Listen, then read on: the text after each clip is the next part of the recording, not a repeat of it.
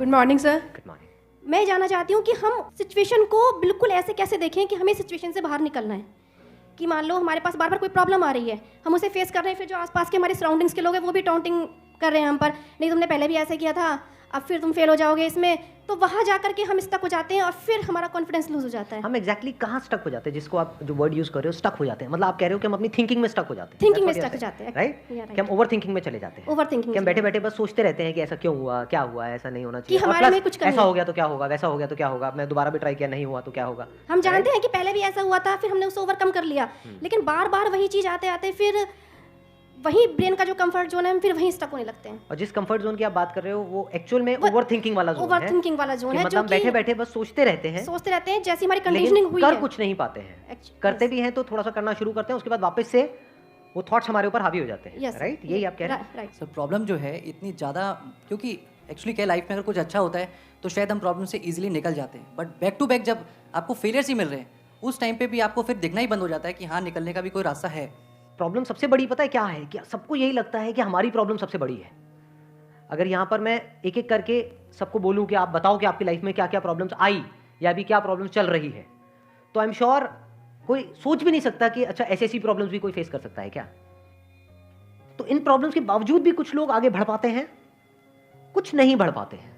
That is the big question कि exactly हम stuck कहां पर होते हैं। क्या हम एक्चुअल में लाइफ में प्रॉब्लम्स में फंसते हैं या उन प्रॉब्लम्स को लेकर के जो हमारी थिंकिंग है वहां फंसते हैं? सबसे पहले ये चीज हमको क्लियर होना चाहिए। तो जो हम कह रहे हैं फंस गए हैं, हम एक्चुअल में प्रॉब्लम्स में नहीं फंसे हैं, क्योंकि प्रॉब्लम्स तो सबकी लाइफ में है, हम एक्चुअल में थिंकिंग में फंस जाते हैं। राइट। ये पॉइंट सुनने में छोटा लग रहा होगा, but it is a very big point two understand in life, जो 99% लोगों को नहीं समझ में आता है। हम क्या समझते हैं कि हम प्रॉब्लम्स में फंस गए हैं, क्योंकि the moment you say that, तो जब तक प्रॉब्लम्स रहेगी तब तक आप फंसे रहोगे, और प्रॉब्लम्स कब तक रहेंगी? लाइफ टाइम, जब तक लाइफ रहेगी। Right. But the moment you से कि मैं प्रॉब्लम्स में नहीं फंसा हूं, प्रॉब्लम्स मतलब लाइफ में नहीं फंसा हूं, मैं लाइफ के बारे में जो मेरी थिंकिंग है उधर मैं फंस गया हूं जाकर के, अब मैं उस थिंकिंग को कैसे चेंज करूं? Right. If you say that, तो वो आपके हाथ में पूरा कंट्रोल है। But if you ask me this question कि मेरी लाइफ की जो प्रॉब्लम्स हैं वो कैसे सॉल्व हो, तो उसका कोई जवाब नहीं है, क्योंकि वो कभी नहीं होगा। आज आपकी एक प्रॉब्लम है वो सॉल्व हो भी जाएगी, कल कोई और प्रॉब्लम आ जाएगी, परसों कोई और आ जाएगी, फिर कोई और आ जाएगी, फिर कोई और आ जाएगी। Right sir. तो कैसे हम अपनी थिंकिंग को चेंज करें? सिंपल, थिंकिंग चेंज हो गई तो सब चेंज हो जाएगा। सब चेंज हो जाएगा, क्योंकि प्रॉब्लम्स को देखने का नजरिया बदल गया तो प्रॉब्लम बदल गई। एक बंदा जिसकी थिंकिंग नहीं फंसी हुई है उसको आप चारों तरफ से फंसा दो, वो निकल जाएगा। लेकिन जिसकी थिंकिंग फंसी हुई है उसको आप जा करके दुनिया जहान के सारे रिसोर्सेज दे दो, पूरा का पूरा खजाना भी दे दो, तब भी वो नहीं निकल पाएगा, तब भी रोएगा बैठ करके कि क्या मेरे को चारों तरफ खजाने से कैद कर दिया। अरे भाई खजाना है, कैद नहीं है। देखे ना ऐसे लोगों को जिनके पास में सब कुछ है लेकिन रोते रहते हैं। तो सब कुछ मिलना इज नॉट अ सॉल्यूशन। जिनकी लाइफ में कोई प्रॉब्लम नहीं है वो भी रो रहे हैं। सो अब आता है कि इसका सॉल्यूशन क्या है, कि we are stuck in our thought process, how to get out of it. तो सबसे पहली चीज ये समझनी है, ज्यादा सोचने से कुछ नहीं होता है, सही सोचने से होता है। अभी सही सोचना क्या है? What is right thinking, not positively सोचना। इसको भी ध्यान से समझ लेना। पॉजिटिव सोचना क्या सही सोचना होता है? फॉर एग्जाम्पल, आगे आप जा रहे हो, किसी जंगल में हो और आगे दलदल है और आप पॉजिटिव सोच रहे हो, मेरे साथ में कभी कुछ गलत हो ही नहीं सकता, मैंने ताबीज पहना हुआ है, ये मुझे बचाएगा। बहुत लोग हैं बहुत पॉजिटिव है लाइफ को लेकर के, बट क्या उनकी सोच सही है? अभी सही सोचना क्या है? सर मेरे हिसाब से मतलब इंटेलिजेंसी से सोचना, कि मतलब कुछ ऐसा सोचे कि आगे जाके हमें कोई हानि ना हो, कि एक इंटेलिजेंट माइंड से सोचे।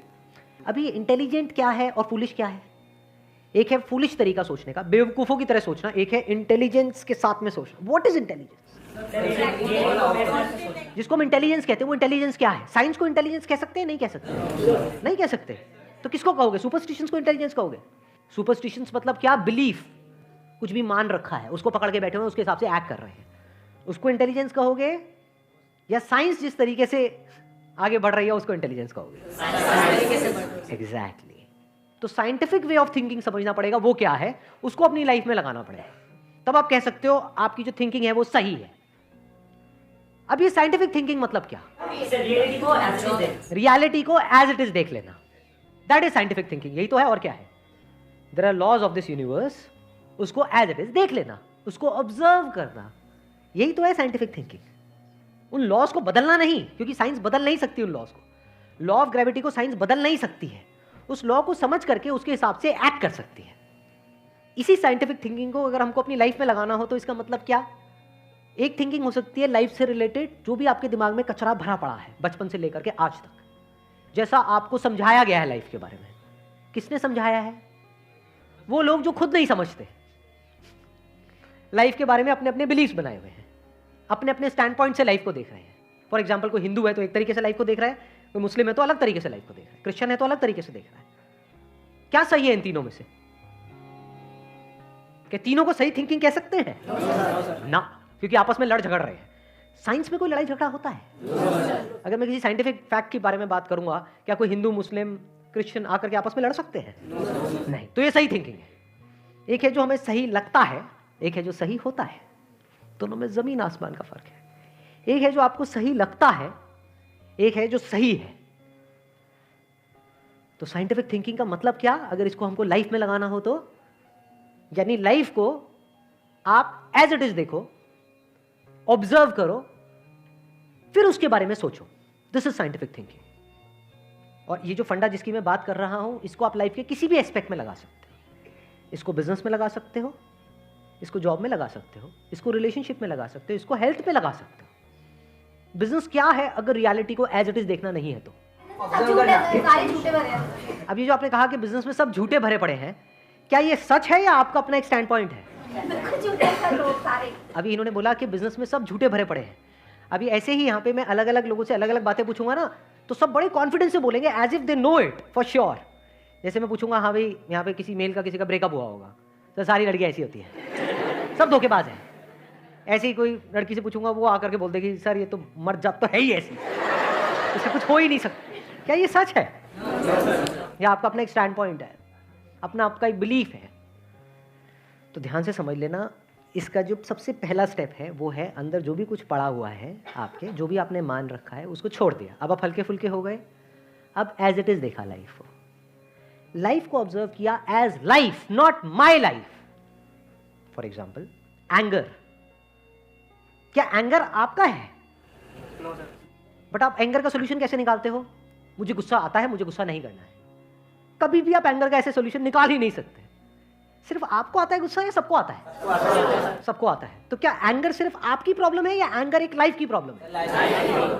Fear, if you can look at fear, not your fear और माई फियर, फियर, डर है ना, वो डर क्या है?